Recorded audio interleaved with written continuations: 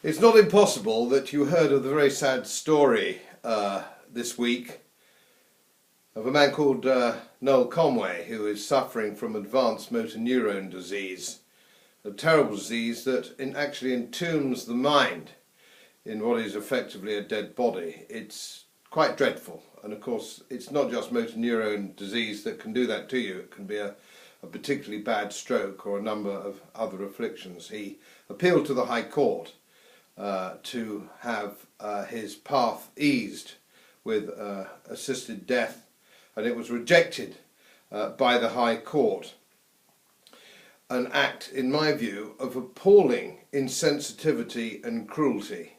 It is going to higher appeal, and of course this just isn't the only case. We see them come up by and by, don't we, quite often. Last year there was a case of that rugby player who was also entombed by a particularly bad stroke. Now, I simply can't understand why, if you were the owner of a horse or a dog or a cat, allowing it to suffer in this way, you would go to prison, and rightly so.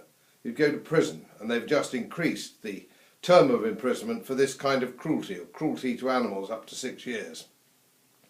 Now, there's no question about it, this is just cruel, and everybody should be allowed to go an assisted passage, whatever your beliefs in the next world may be, or whatever your religious beliefs, to go gently into that dark night, and to deny that to all of us, I think, is criminal. And of course, one of the great campaigners to not let this happen for us was Lord Rix.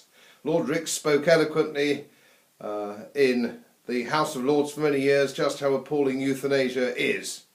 And of course in the last 2 or 3 weeks actually of his life, he changed his mind as he was going through an appalling, distressful disease before he died, and he said I was wrong. So it's all very well for people to pontificate about this when it doesn't concern them. Now, all of us, I can't believe there's anybody who's watching this podcast who hasn't experienced this from a loved member of their family. I can't believe it. We all have. I have. My wife has.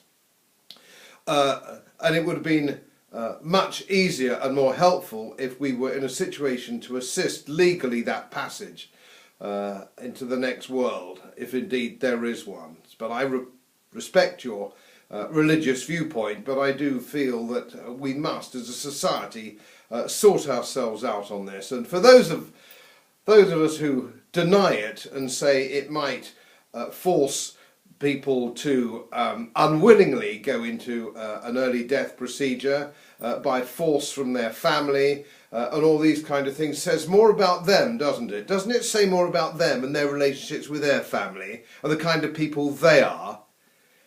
Most of us love our family and we don't want to see them in distress. We want to help their passing. I'm quite sure that almost nobody watching this podcast really fears death. Particularly, what they fear is the manner of our passing.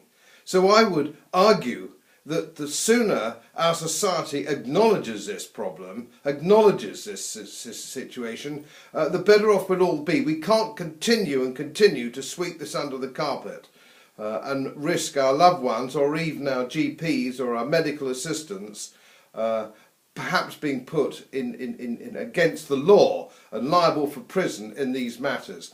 Now, it's not beyond the wit of us, is it, surely, to find perhaps some kind of tribunal, maybe a tribunal consisting of perhaps, I don't know, a senior lawyer, a senior surgeon or GP, and a senior nurse, who can very quickly and very easily assess each case on a regional basis, and to say, no, this is a terminal case, it's an act of mercy, and it can go ahead under a controlled condition, and that would be much better for us all. Please retweet this if you agree with me. Retweet this, because the only way this is going to change is if the grassroots of the country actually let it be known to the legislature that we believe that this must be addressed, and it must be addressed soon.